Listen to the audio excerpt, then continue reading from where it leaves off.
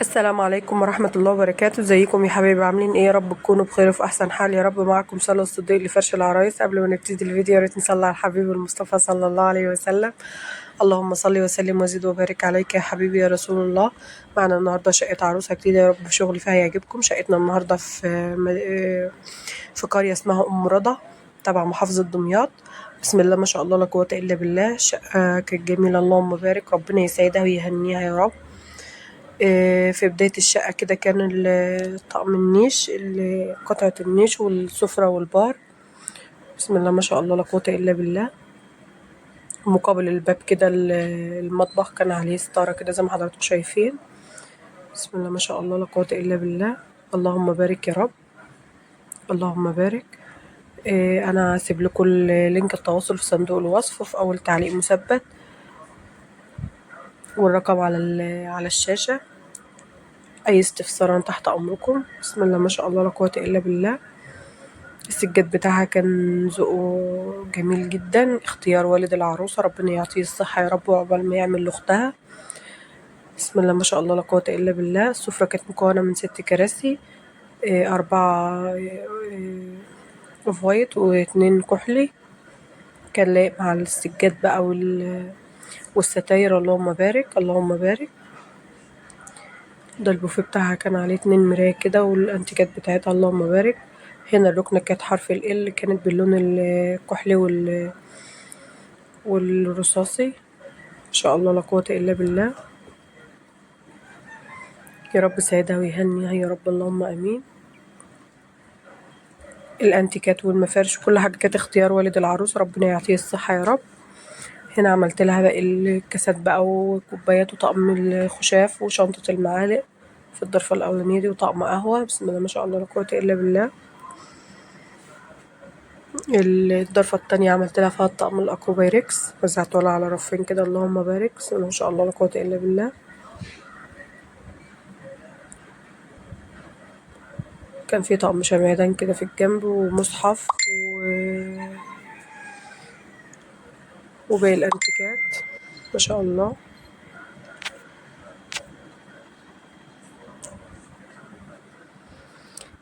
هنا القطعة بتاعت الركنة، اللهم بارك اللهم بارك. السجادة كانت لايقة جدا مع الوضع. كانت الشاشة شغالة على الكورة، كان العريس بيتفرج على الماتش يا جماعة. ما شاء الله لا قوة إلا بالله. ربنا يسعده يا رب ويهنيهم ويرزقهم الذرية الصالحة، اللهم آمين. هنا المطبخ هنلقي نظرة كده عليه وهنرجع له تاني. كان الكولدير كده في بداية المطبخ والتربو جنبه. ما شاء الله لا قوة إلا بالله. كان روح الشقة كلها واحد، نفس الألوان تقريبا. هنا بقى النيش، تعالوا نشوف محتويات النيش مع بعض. حطيت لها فوق الطقم الشاي والجاتوه كان باللون الأبيض والأسود، ووزعت معاه طقم كاسات كان عليه استرس كده، كان عاجب عمة العروسة جدا فحبيت أظهره لها. والرف اللي في النص عملته لها كريستالات، ومن تحت الطقم الصيني وتحت خالص الطقم الأكروبال. ما شاء الله لا قوة إلا بالله. عملت لها كده في الرف ده 3 قارورات، 2 ملونين على الجنبين والطقم الكريستال الأبيض في النص. ما شاء الله زي ما حضراتكم شايفين كده، كانت حاجات قيمة، اللهم بارك اللهم بارك. الطقم الصيني بتاعها كان جميل، والأكروبال كان باللون الأبيض والأسود. وزعت لها باقي الأطباق في الأطراف كده زي ما حضراتكم شايفين. ما شاء الله لا قوة إلا بالله. لو شغلي في النيش عجبكم ما تنسونيش في دعوة حلوة في الكومنتات وتقولوا رأيكم في شغلي. أنا بصور لكم بالراحة أهو علشان حبايب قلبي اللي عايزين يشوفوا التفاصيل علشان عندهم عرايس وياخدوا فكرة. أنا تحت أمركم، ربنا يسعدهم ويهنيهم وربنا يعينكم ويقويكم يا رب اللي عنده عروسة. هنا دخلنا بقى غرفة النوم. ما شاء الله لا قوة إلا بالله. هنا التسريحة بتاعتها اللهم بارك، وزعت لها على الميك اب بتاعها والبرفانات كده، وحاطط لها المصحف ده. ما شاء الله لا قوة إلا بالله. ربنا يجعل حياتهم كلها بركة، اللهم آمين. التربو ده كان فيه بقى الحاجات النواعم بتاعتها، وهنا الدرج ده عملته لها للتوك كده والحاجات بتاعتها الخاصة، ومن تحت بقى المكان بتاعها. وهنا بقى عملت لها باقي المكياج والمخمريات والبرفانات وكده وكل حاجتها في الدرج الواسع ده. ما شاء الله لا قوة إلا بالله. عملت لها حرفها وحرف العريس كده على السرير بالورد المجفف. هنا الملايات بتاعت السرير الكبير، وهنا لبس الخروج بتاعها. ما شاء الله لا قوة الا بالله.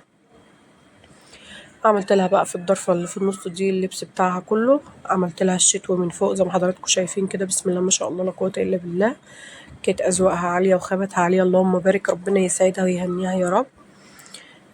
هنا يا جماعة أنا مش هنكر فضل عمتها، علشان هم قالوا لي أقول في الفيديو هم اللي بيعرفوا يعملوا كل حاجة، وهم اللي عملوا كل حاجة، وأنا كنت بتعلم منهم.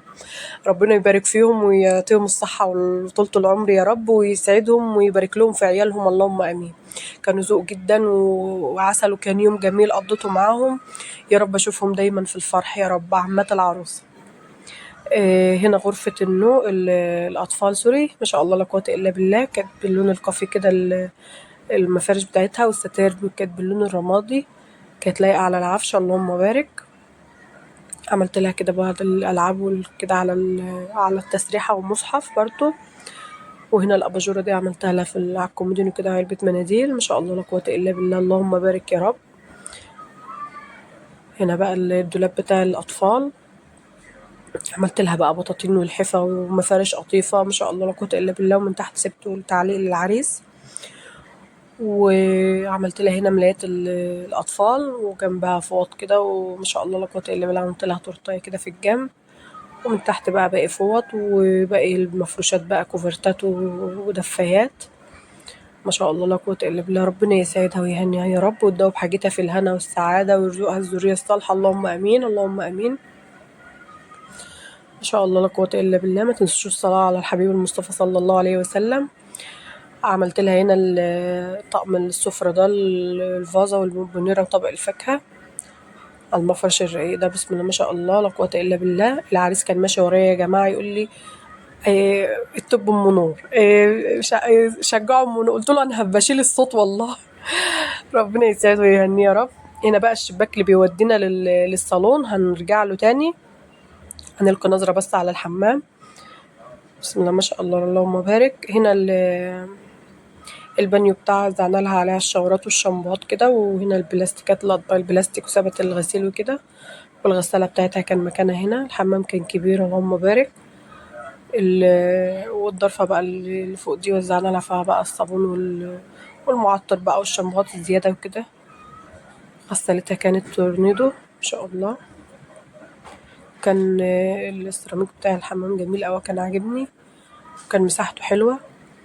الديب فريزر كده كان في المكان ده، لأن ما كانش له مكان في المطبخ. هنشوفه برضو دلوقتي. كان ورا الباب كده جزامة. ما شاء الله لا قوة إلا بالله. المطبخ بقى يا حبيب قلبي، ما شاء الله لا قوة إلا بالله. طبعا الرخامة أنا كنت عاملاها يعني غير كده خالص، بس هم غيروها وأنا محبتش يعني، عملت زي ما هم عايزين. كان في بقى طقم الشاي اللي على الصينية ده، والكاتل والصواني، اللهم بارك. كانت صوانيها قيمة جدا، اللهم بارك اللهم بارك، من الستيل الأصلي. طقم الشوربة ده كان كيوت جدا وألوانه جميلة. والناحية التانية بقى على الطقم دورة التوابل دي، وطقم المشروبات، والطقم التوزيع، وطقم السكاكين. وهنا الطقم العشاء بتاعها كان في الرشقة دي، لأن الرشقة اللي فوق ما كانتش لسه جت، فحطيناها يعني مؤقتا هنا، لما تيجي هينقلوها فوق. عملت لها بقى الأطباق البلاستيك كده وعلب التلاجة هنا في الضرفة دي. عملت لها بقى من هنا حافظ الطعام من فوق، وترمس وكاتل زيادة، ومن تحت بقى طقم السمك وبعض الكوبايات. ما شاء الله لا قوة إلا بالله.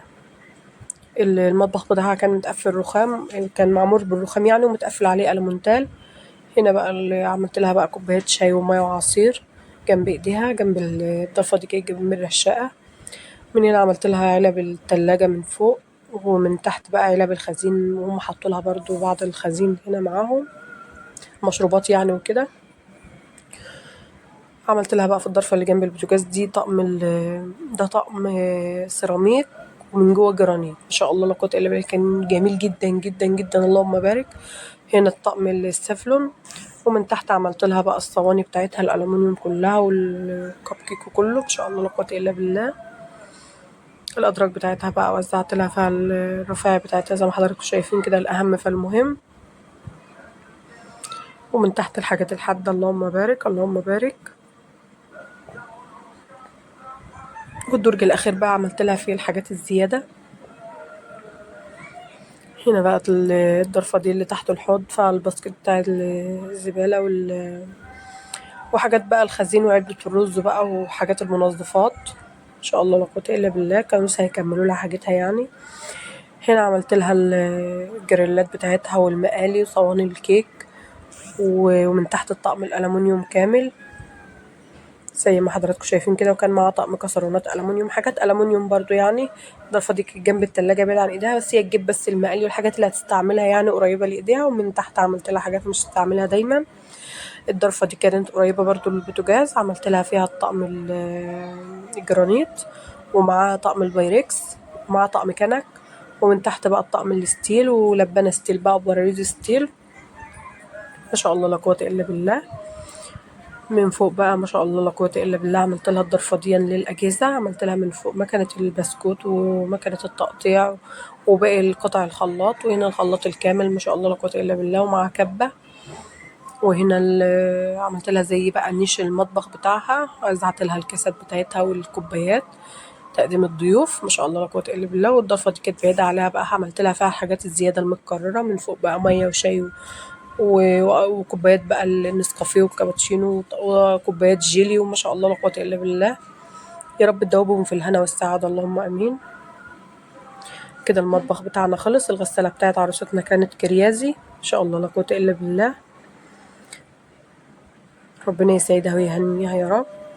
لو عجبكم الشغل ما تنسونيش في اللايك ودعوة حلوة في الكومنتات، وتقولوا رأيكم يهمني، ورأيكم في التصوير النهاردة.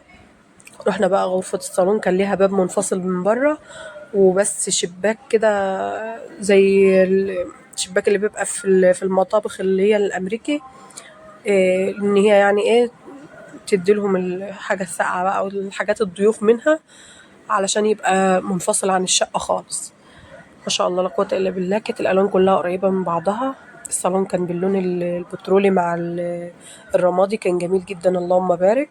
وزعت لها الفازة دي وطفاية وعلبة مناديل. والزرعة دي كانت جميلة اللهم بارك ما شاء الله. أنا رتبت الكوشن بتاعتها ما كانتش مترتبة في الأول، فصلت ورتبتها زي ما حضراتكم شايفين كده ما شاء الله لا قوة إلا بالله. السجادة بتاعتها كانت لايقة معاها جدا، وكل حاجة لايقة اللهم بارك. ذوق والد العروسة كان عالي جدا، ربنا يعطيه الصحة يا رب، وعقبال ما يعمل لأختها اللهم آمين. ما شاء الله لا قوة إلا بالله. الناس دي ذوق جدا اللهم بارك. العروسة كانت من دمياط الجديدة وجاية مرادها. لو الشقة بقى عجبتكم ما تنسونيش في اللايكات كتير وتشيروا الفيديو كتير عشان كل العرايس تستفاد منه. واشوفكم ان شاء الله في فيديو جديد وشقة عروسة جديدة، وهسيب لكم كل الحاجات في صندوق الوصف.